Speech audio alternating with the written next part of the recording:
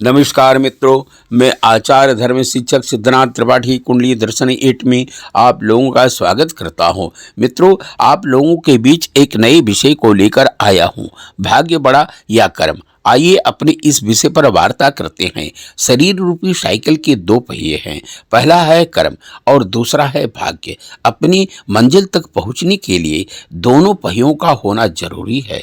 यदि एक पहिया निकाल दिया जाए तो मंजिल तक पहुंचना मुश्किल हो जाता है। भारतीय वाङ्मय में कर्म की महत्ता को भाग्य से बढ़कर स्वीकार किया गया है। हमारा दर्शन कहता है कि सब कुछ कर्म ही है। कर्म करके मनुष्य अपने भाग्य को संवार सकता है।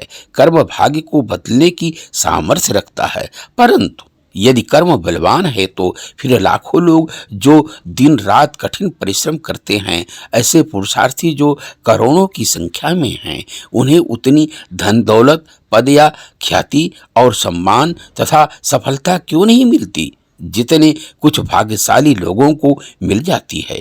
कारण स्पष्ट है कि पुरुषार्थ कर्म का फल कोई और ही शक्ति देती है। वह शक्ति है ईश्वर की कृपा।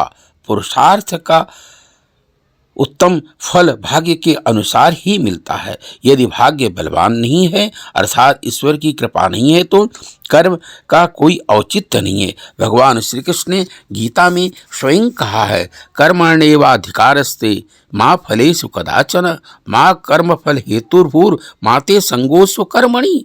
अर्थात मनुष्य को केवल कर्म करने का अधिकार है, उसके फलों की प्राप्ति का अधिकार नहीं, आसक्ति नहीं करनी चाहिए। कर्म फल की इच्छा मनुष्य कभी न करे। कहते हैं भगवान श्री कृष्ण ने यही श्लोक माता कुंती को सुना दिया। इस पर माता कुंती ने तत्काल ही पलटकर जवाब दिया, भाग्यम फलित सर्वत्र न च विद्या न च पौरुषम सोराश्च कृति विद्याश्च बने तिष्ठति में सुता। हे कृष्ण, यह माना कि जगत में कर्म प्रधान है।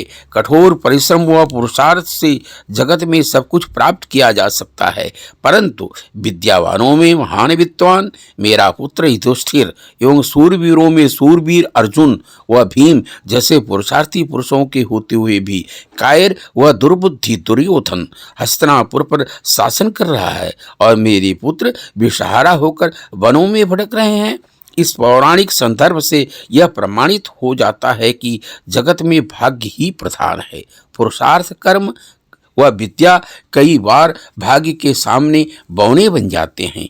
जीव रूपी पार्थ जब तक भगवान से जुड़ा रहता है तब तक उसकी सर्वत्र विजय होती है। भगवान को भूल जाने से सारे कर्म उसके निष्फल हो जाते हैं।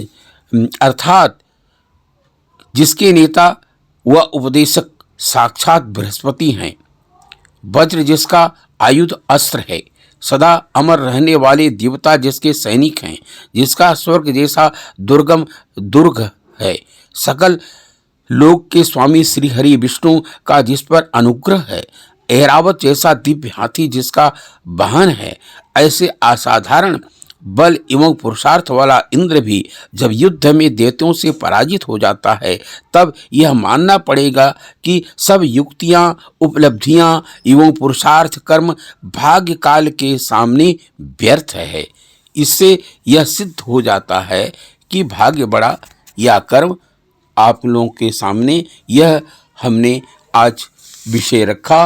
मित्रों, आप लोगों को अच्छा लगा हो तो लाइक और सब्सक्राइब अवश्य करें। धन्यवाद।